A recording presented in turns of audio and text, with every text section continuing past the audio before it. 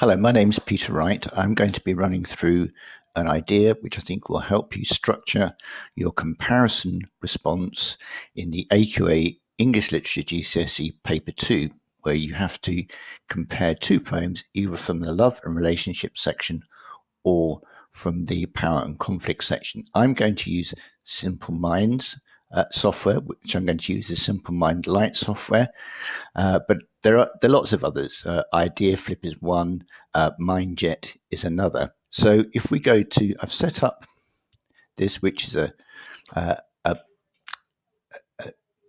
just an example of what you can do. If you're anything like me, when you're looking at a poem and you've got your anthology, you've got loads and loads of notes on it.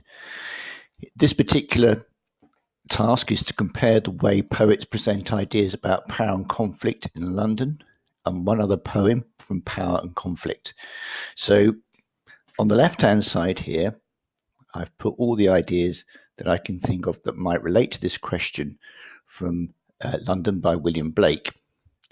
The other poem that I've chosen is Storm on the Island by Seamus Heaney. Obviously, you don't have to use that one, but I've used it. I think it brings out some very interesting ideas about both poems. In terms of structuring, which is a real key thing to approaching this task well, is to think about, and the way that I put it down in this line of yellow labels here.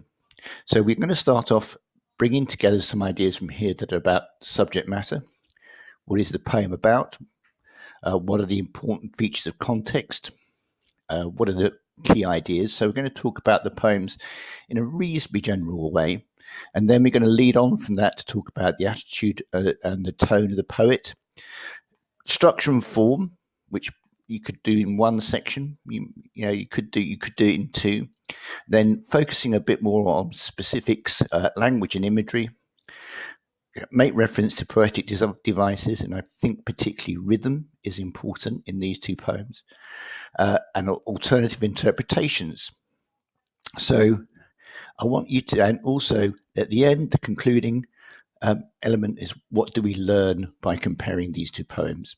So structuring, comparing, this is one way that you could do it. Another way that you could do it is by writing about London first, maybe, and then the second poem, which in this case would be Storm on the Island.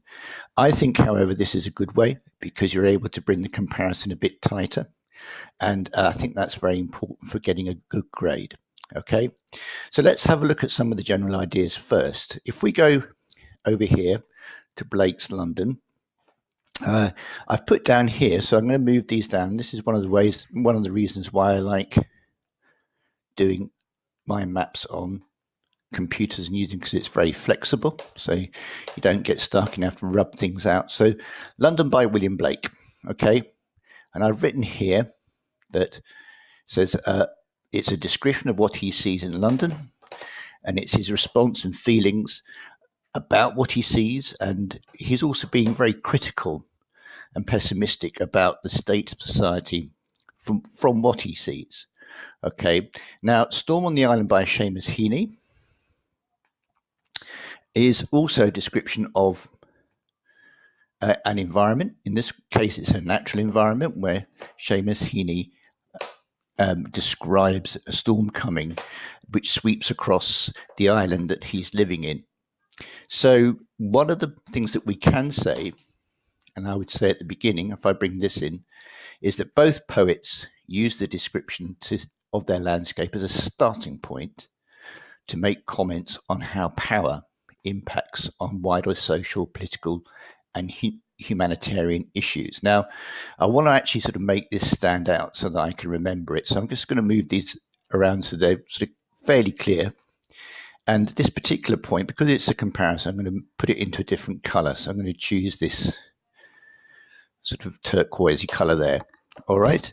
And I think we can also now talk a little bit about some of the key elements of context, which again is an important element to help you get a better grade. So I think the poem, and I think you can remember this, I think you can mention this right at the beginning, Blake's London, so I'm moving things around here to find the links. It's a political statement. And one of the key ideas of context, I think, is that Blake was an outsider. I've put it twice there just to emphasize it to myself. People were hostile to his ideas and art. And his art and his poetry and his ideas were not really understood until much later after he died. But he was very, very critical of the way that institutions within the time that he lived, such as the church, such as Parliament, were controlling people's minds. And so I think that was an important piece of context. So he's looking at London from the view of an outsider. In the same way, I think one of the important pieces of context about Seamus Heaney was that he was an Irish Catholic. At the time that he was writing, or the time that he was writing about, Irish Catholics in Northern Ireland did not have the same rights as Protestants who lived in Northern Ireland. They were barred from, they were barred from many forms of employment. They were barred from certain establishments. They often didn't have the same rights and privileges, although in terms of numbers, they did actually make up a fair part of the population. So I think one of the things is that Heaney is also writing, although he lives on the island, he's also writing from the perspective of somebody who's an outsider, somebody who has to cope with hostile attitudes around him. Okay, so if we take that as a cue to talk about the attitudes of the poem, one of the things that I think about the poem, it's a poem London, if we go back to this, is I'm going to bring this idea down here. And I'm hinting, I'm looking at a piece of specific poetic device, because Blake uses a lot of repetition in many ways in the poem. He repeats the verses, the 4-line verses, he repeats across the poem. The majority of the rhythm is very repetitious. But almost immediately in the poem, he talks about, he conveys a tone of anger and disgust. So if I find it, haven't actually, here we go. When he says, I wander through each charted streets near where the charted Thames does flow, a mark in every face I meet, marks of weakness, marks of woe. It's very clear from the very beginning of the poem that his tone and his attitude is very pessimistic. It's very critical. Okay, so on the other side of things, I think one of the things that we can suggest about Heaney's poem, so if we bring this in here, is that the tone at the beginning of the poem is a little bit more optimistic. It's certainly more informal than Blake's poem.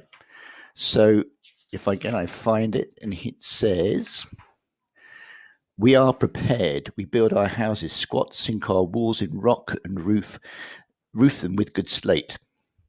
So he's actually sort of showing that he is prepared for the storm. He doesn't necessarily fear the storm at this point. And in the poem, much of the poem is written in quite an informal way. He breaks the poem halfway through when he says, which might prove company when it blows full blast, you know what I mean. So it's like he's talking to somebody. So I think that's a nice contrast you can make. If we go to structure, one of the things about Blake's poem is that it's cyclical in structure. This is a point that other people on YouTube actually make very well, and that verses 1 and 2 actually talk about the victims. Verse 3 talks about the causes, and verse 4 talks about the victims again. Now, I'm going to have to break off because the recording is going to finish now, but in part 2, I'll continue with this process. Okay? Thanks very much for watching, and hang on for part 2. Thank you.